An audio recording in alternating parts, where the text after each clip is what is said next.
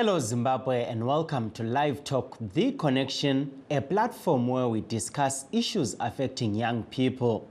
We are coming to you live from Studio 7 at the Voice of America in Washington. I am your host, Taboka Ngube.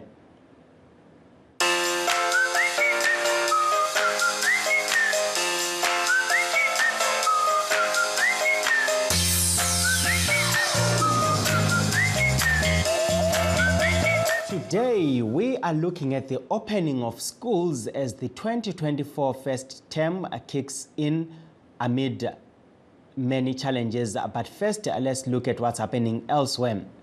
Nigeria is a signatory to several international treaties aiming to end sexual and gender-based violence against women. However, the problem persists. Now some want new laws to hold offenders accountable. Timothy Obiezu has this story from Nigeria. Inside these walls in central Nigeria's Plateau State are women seeking refuge from sexual violence. Stella Kenneth was raped by her father in 2017 when she was 10 years old. My father started touching my body, and one day he called me aside after our devotion, and he said, "I'm trying to teach you what life is, so no guy will come and deceive you. I love you." I was scared that if I tell it out, my father is going to beat me and will stop paying my school fees. The abuse continued until last year when Kenneth told a family friend what was happening, and they reported it to the authorities, who arrested her father. She says the experience impacted her self-esteem. When I came, I was not friendly. I was kind of rugged. What I mean rugged, not too that kind of socialize. Always kind of be like a bad person, like bad girl. The non-profit Christian Women for Excellence and Empowerment in Nigerian Society launched in 2010 and says the Safe House is helping many survivors of sexual violence like Kenneth cope with the trauma. Violence against women and girls is on the rise more than 20 years after Nigeria signed the Maputo Protocol, an African charter on women's rights. Recently, the French ambassador to Nigeria, Emmanuel Bletman, said economic challenges in the country are driving the increase in the number of cases of gender-based violence. 18-year-old Kachola Musa says she was raped by her uncle 8 years ago. She says she's still afraid to report the case to her family. I lied and I told them that someone wanted to kidnap me. So after then I regret it.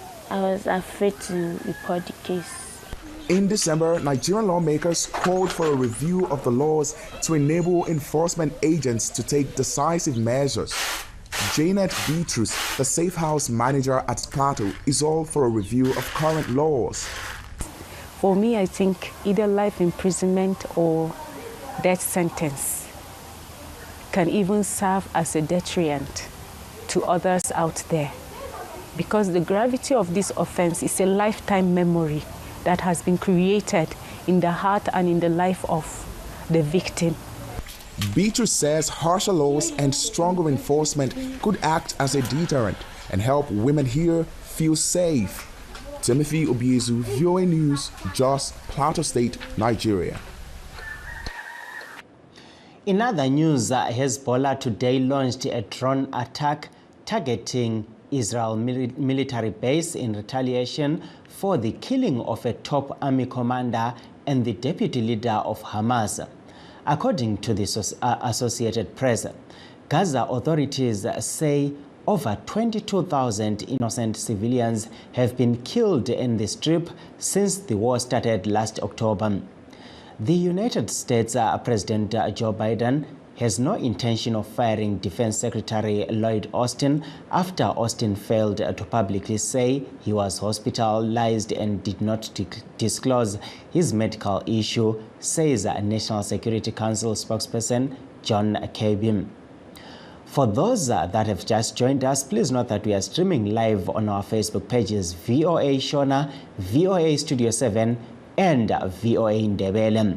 We are also live on YouTube, VOA Zimbabwe. Please stay tuned as we take a brief break. In times of change, when the world seems uncertain and what we hear doesn't reflect what we see, we seek the truth. When we are told only part of the story, we lose trust. In moments of crisis, our dreams, hopes, and wishes for a better tomorrow depends on a free press. At Voice of America, we bring you the stories that people take risks to see. We connect the world and unite it with truth. At Voice of America, we show you the whole picture. Today, we are looking at the opening of schools as the 2024 first term kicks off amid challenges. To discuss this issue, we are joined on the phone by Mr. Bane Manokore, the National Coordinator for the National Association of School Development Associations and Committees. We are looking forward to also be joined by other people as the program progresses. Welcome to the show, Mr. Manokore. Good evening, Mr. I'm happy to be on the show with you. Thank you. Everyone. Thank you. Vamanokore, tiri kuona vana vachitanga kuenda kuchikoro nhasi. Ndeapi matambudziko amaona achiitika pazuva ranhasi akatarisana nevabereki? Tinotenda zvikuru zvakaona nhasi ndechekuti kune vamwe vana vanga vasati vawana nzvimbo kuda kwegrade 1 FB nevamwe vanga vachitransfera vanga vachimbomhanya kuti vatsvage nzvimbo muzvikoro zvakasiyana siyana. Vamwewo vanga vane matambudziko ekuti maschool fees avanga asiri kukwana, vamwe vanga vasati vane maschool fees anga ati abhadhara apo nepapa. Zvisinei hazvo, vana vese vanga vatsvaka nzvimbo vazhinji vangakwanisa kuziwana nekuti nzvimbo zhinji dzanga dziripo. Avo vanga vasina kukwanisa kubhadhara mafees evana, malevies evana, vakazitaurana nemahedzi vachiti apene mani kuti vaone kuti vanobhadhara fees ma-outstanding levies vayo. Saka hatina kuona zvinengamupini zvakanyanyisa zvingaite kuti dzidzo itsvagise kuita zvinhu zvose zvafamba nemafambiro akanaka. Thank you so much, Mr. Manokore. We saw a press release from the Ministry of Primary and Secondary Education where they were addressing a number of issues. One of the issues is the approved school fees and levies for each school, where we saw some parents complaining that schools were charging more than the gazetted fees. What's your take on the response that came from the government, which is saying it will not allow any school to charge fees that are not approved, and in situations where parents see this, they should report to the ministry, and also the ministry has told schools to make sure that all the approved fees should be displayed in public so that people can see that these are the approved school fees. What's your take on this step by the ministry? It's very surprising that parents also come up and say some schools are charging school fees way above the threshold that was agreed. It's very, very surprising. Under normal circumstances, where such issues occur, we encourage parents to go to revert back to the offices of the district school inspector, the provincial education director, or say to the mainline ministry of the head office of the permanent secretary's office to highlight to them to say this is what is happening at school A or school B. If the issues of levies are agreed upon by parents at their annual general meeting to say this is what we must pay, trending and annually. and they took their budgets, minimum inclusive register of attendance and so forth, taken permanent secretary for approval. Once fees are approved, then those fees that are approved are the ones that should be paid. Any other fee that has not been approved should not be charged. And the procedure for any increase in adjustment to the budget is very clear to all school authorities and SBC. They're strictly supposed to follow that, or the next general meeting states to the reason between all the parents during the school parent assembly as to why such an increase is warranted. And they must agree and accept the fact that all parents are able to pay. They are not supposed to charge their mortgage unilaterally or just make a decision unilaterally without consultation. There should be a consultation and an endorsement by those parents to say, yes, this adjustment is what we agreeable to on top of what is already there. And then they submit that to the Office of the Permanent Secretary through the DSIs and the PEDs for approval. Once such fees have been approved, then they should be charged. So we are encouraging parents to say, where they are being told to charge any other fees that are outside the rules that have been approved by the permanent secretary, rightly so they should revert back to the military to put forward their complaints. And we are encouraging all the parents, the future persons to make sure that they stick to what the government, the policy says in terms of fees and levies. And where they are having challenges in paying their fees, they should sit down with parents, and these parents should actually also come up with payment plans to ensure that they offset their fees. We are encouraging parents to pay their fees, not to pay for extra lessons. Those extra lessons have not been approved by the ministry to pay this much yet. So this is the position. Thank you, Mr. Manokore. Fortunately, we are joined on the phone by Mr. Mnyaradzi Masiwa, the Deputy Secretary General of ATUZA. Welcome to the program, Mr. Masiwa. Thank you so much. Good evening, Zimbabwe. Mr. Masiwa, you joined a bit later, but we are looking at schools that have just opened today, taking a youth perspective where we are looking at how all these issues that are happening are affecting young people. Maybe as we'll start with where we have seen so many challenges surrounding the opening of schools over the years. We've seen teachers sometimes saying, no, we are not going to teach, and that's the same case that is happening this year as well. Maybe my question to you will be, in all this, who is the biggest loser, and what needs to be done to help the biggest loser? Oh, pardon, come again with your question. My question is that we have seen challenges around schools opening where the government is saying this, teachers are saying this, and parents are also facing some challenges. And at the end of the day, we have the child at the center being the one who is affected by all these challenges. What do you think should be the way forward in terms of helping to make sure that at the end of the day, even if the challenges are there, children still have access to education? What do you think should be done? Okay, thank you so much for the question.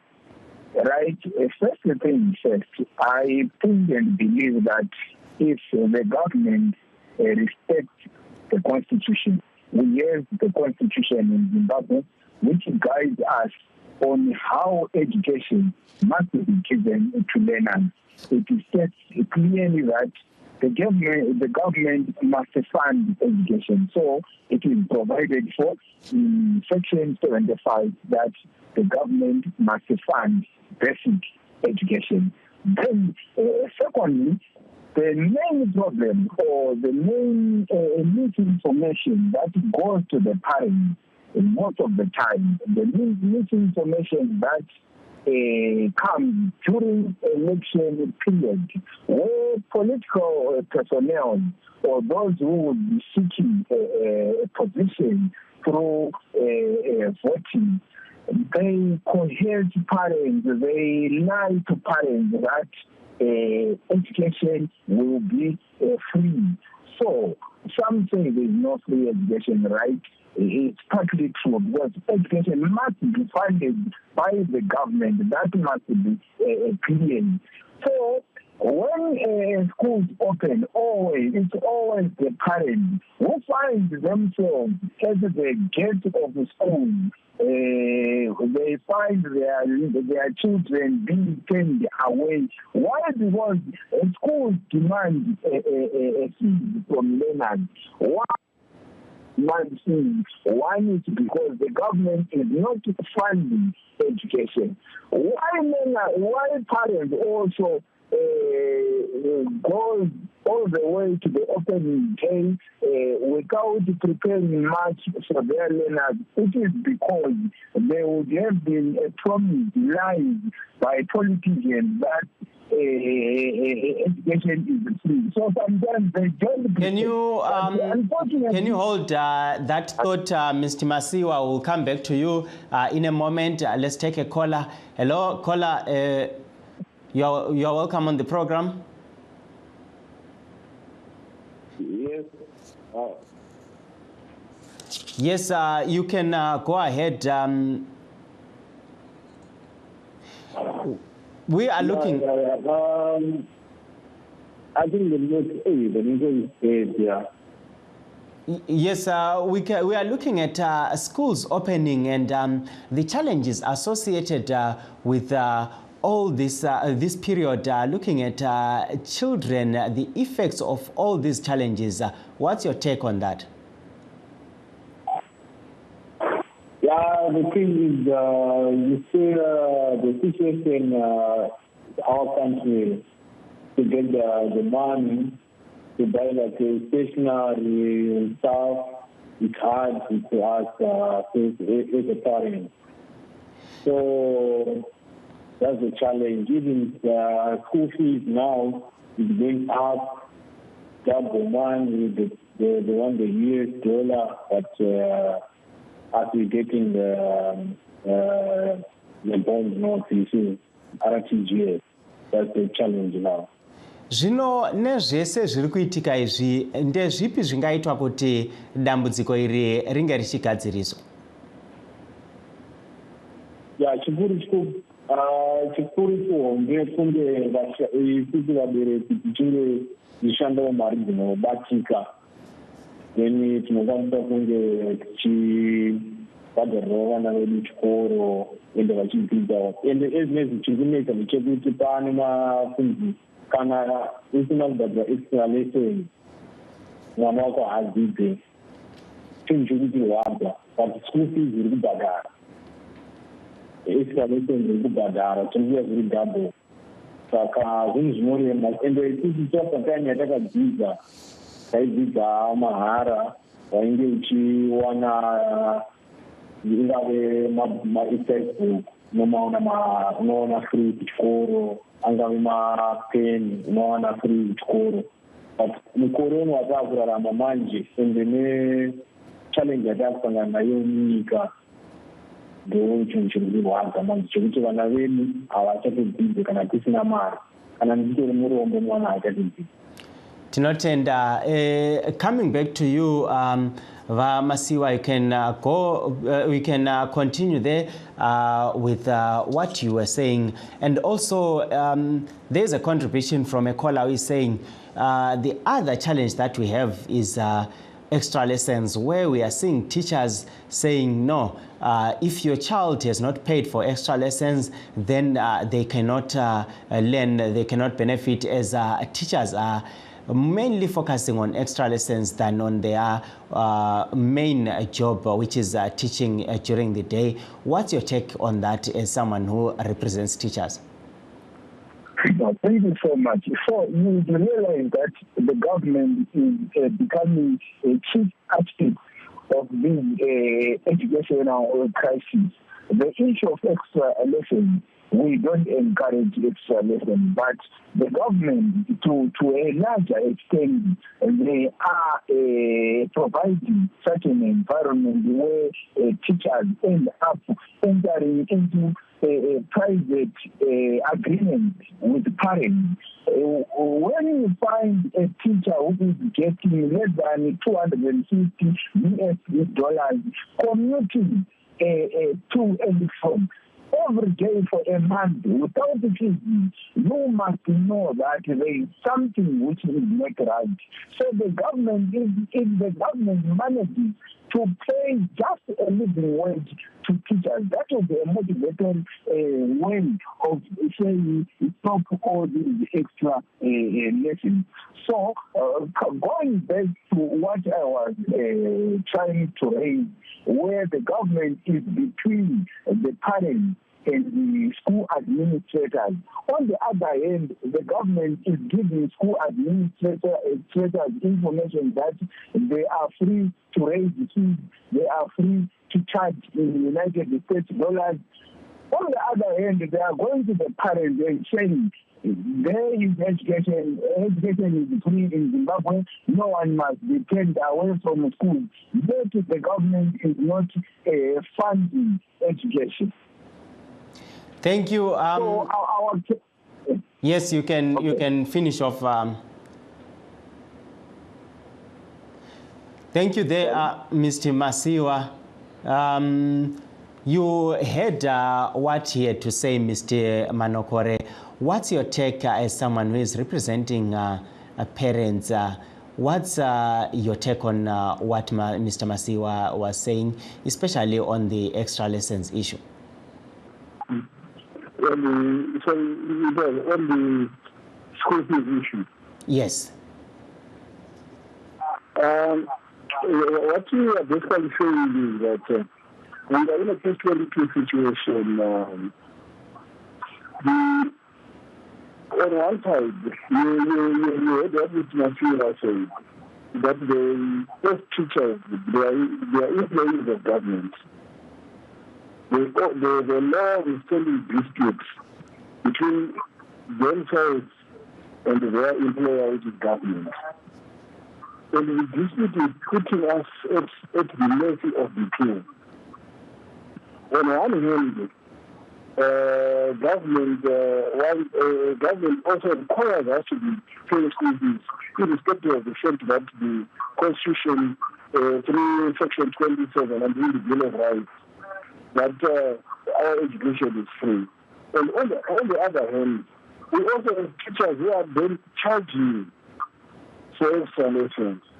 And what is happening in most cases is that if you look at what a child is paying as lessons, you calculate it, they are paying, for instance, schools around Harare. Some are paying the lowest $35 to $45 less per term. But a teacher who is providing extra lessons at school is charging $5 per week. You add that, it becomes $20. And almost what the teachers are charging is actually doubling what the parents are paying as lessons. So we found ourselves in a very precarious position that we need to satisfy both. On one hand, we sympathize with our teachers because of the nature of the conditions of things that they survive. On the other side, the same parents are equally being compromised. Why? Most of our parents are not in the high income earning bracket. Most of them are there. These are the vendors. These are, people with no jobs at all, and so on and so forth. And they are being demanded to pay levies. It's levies on one end, and trying to make sure also that they pay teachers. So they pay twice. And when parents look at what is easier, they then tend to satisfy the teacher than to pay the levies. If you look at the state of most schools, particularly now in high-density areas or rural areas, facilities are going down there. They're actually dilapidating due to lack of maintenance. Why? Because the budgets are shrinking. the role of us parents is to make sure that the infrastructure that is being used by our children is in good condition, in good condition, and at the same time, we should also create an enabling environment for the teacher to be able to deliver his services, to perform his duties without any other hindrances. So we are in a precarious condition where we are actually asking the government, and I think there should be a situation whereby all stakeholders should come together, parents on one side, government on the other, the teachers, so that we speak with one voice and come up with what is good for our education. We should not be pulling in different directions and trying to fight each other. We fight the government fights the teachers fight government, fight parents, and so on. We want a situation whereby the unit of purpose. Thank you, Mr. Manokore. Coming back to you, Mr. Masiwa, as you conclude, Mr. Manokore raised an issue on multi-sector dialogue where he encourages that there should be a dialogue between the teachers, government, and parents. Do you think that can solve the problem? And what else needs to be done to make sure that we have quality education in Zimbabwe and we don't have a situation where teachers, on the other hand, are always on strike because there are issues surrounding their employment? I 100% that all stakeholders in education must have a collective dialogue, a genuine dialogue where whatever is going to be discussed in that dialogue must be implemented genuinely without any party being trying to play political ball with another party. So if we have parents, if we have teachers, we have the government at the center, we have educators there, having a discussion, a very open and honest discussion, then we will be able to solve our issues. Yes, it is very true that government schools have structures that are in a dilapidated state.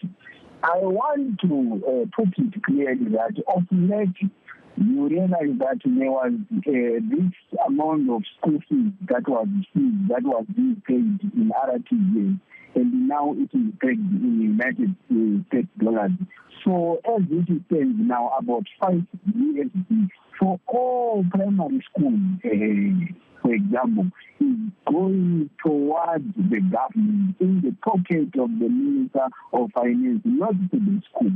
And also, teachers are being asked to pay rent at their station, at the school station. And that rent, about $20 US, is going directly to the pocket of the government. So it is very true that if we have an honest discussion and in dialogue, then we will be able to solve our issues. Right now, we are having an issue of the expired curriculum, a curriculum that was reviewed, but the content of the review was never published. The government keeps on postponing publishing the content of the review and giving the other stakeholders, Thank you. The way forward concerning that expired curriculum. We are in the Dutch, the teachers are in the Dutch, they are just scheming and planning for the year. But the government is promising that in 2 or 3 weeks' time, early February. Thank you, Mr. Masiwa. For that. Unfortunately, time has run out. Let me take this opportunity to thank you so much for coming on the program. That brings us to the end of our show. Signing off in Washington, I am Taboka Ngube.